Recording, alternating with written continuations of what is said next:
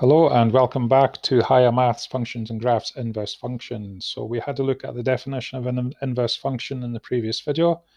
We also found that if f of g of x equals x, or if g of f of x equals x, then g and f are the inverse of each other. So let's have a look at actually finding out how to find the inverse function. So example number 1 here, a function f is defined for all real numbers by f of x equals x cubed plus 1. Find a formula for its inverse, f minus 1, or I could say f inverse or f minus 1. So replace 4 steps to do it. First step, replace f of x with y in the formula. So here, rather than writing f of x equals x cubed plus 1, we could write y equals x cubed plus 1.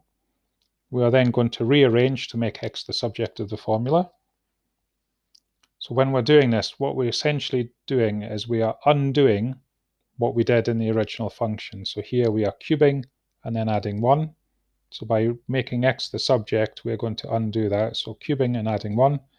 So here we're going to minus 1 and then cube root, which will indeed undo or reverse cubing and adding 1.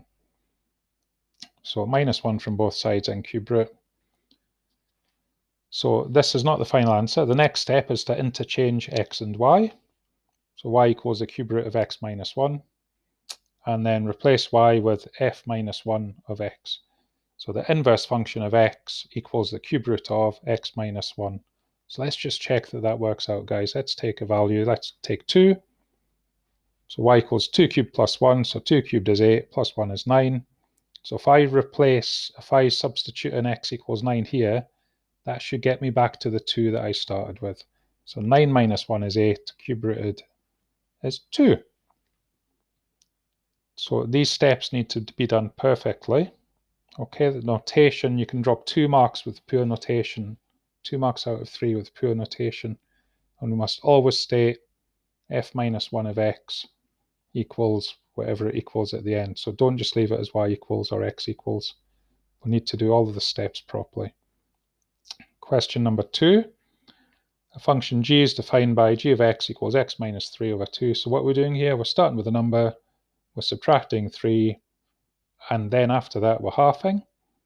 So let's have a think about what it might be. Well, let's undo halving, so I double it, and then undo minus 3 will be plus 3. So I think the final answer would be, the inverse function would be 2x plus 3.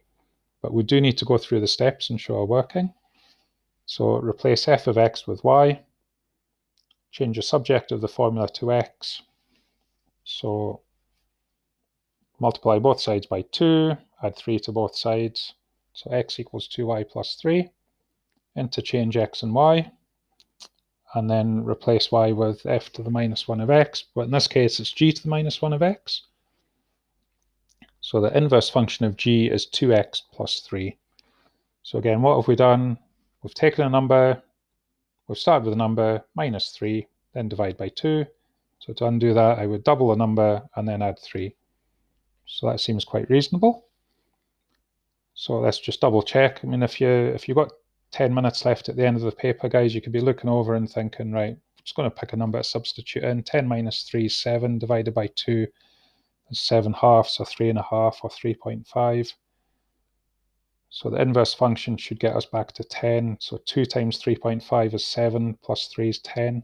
So that is indeed the inverse function. Right, I've got a couple exam questions to go over on the inverse function, which I will do in a separate video.